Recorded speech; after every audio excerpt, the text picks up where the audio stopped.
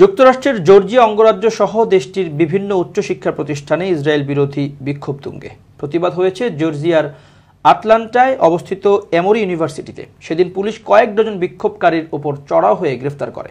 এমনকি নারী এক অধ্যাপককেও গায়ের জোরে মাটিতে ঠেসে ধরে হাতকড়া পরায়। মার্কিন সম্প্রচার মাধ্যম CNN এ সংক্রান্ত একটি ভিডিও প্রচার করেছে। ভিডিওটির এরই মধ্যে ভাইরাল হয়েছে।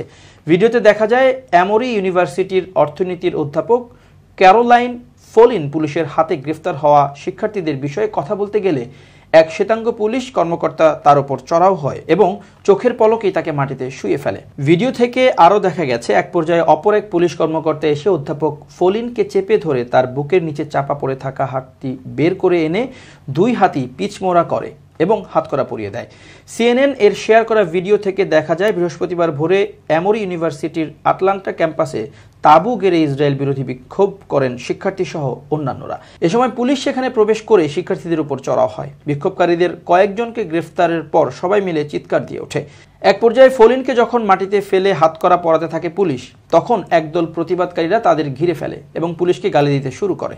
এক বিক্ষোভকারী পুলিশকে উদ্দেশ্য করে বলতে থাকেন, তোরা হিটলার, তোরা পাগলা কুকুর, তোরা ফ্যাসিস্ট, তোদের লজ্জা নেই।